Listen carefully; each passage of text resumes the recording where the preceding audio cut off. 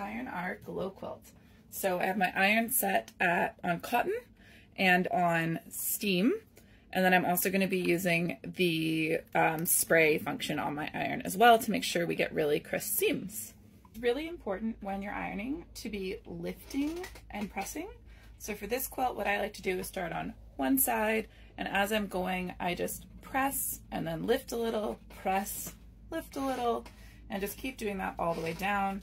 When I get to the center part where there happens to be some creases because of the way the fabric was folded, I'm going to put some spray down there, and then I'm going to hold that a little bit longer, possibly respray in this case, and keep pressing that down, making sure that I'm not pushing the iron around because that can make the fabric warp and you'll lose those beautiful straight lines that you've worked so hard to achieve.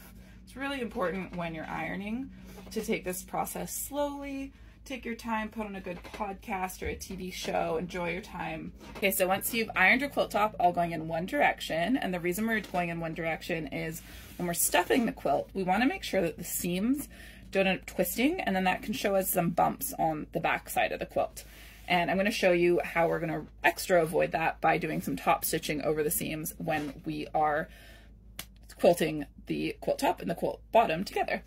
So once that's all done, we're going to flip the quilt over, and you're going to iron, and once again, press it all out. It's looking so gorgeous.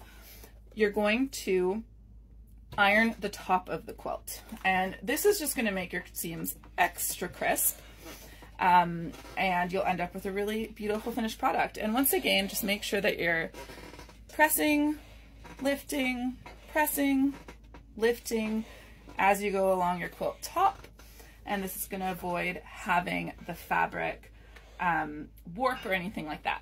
So we're going to iron the entire quilt top like this, and then we're going to move on to squaring up the quilt top and then basting the top and the bottom of the quilt together, and I will be showing you how to do that with both a puff quilt style and also a traditional quilt style. So I'm addicted to this, not in a literal medical sense, but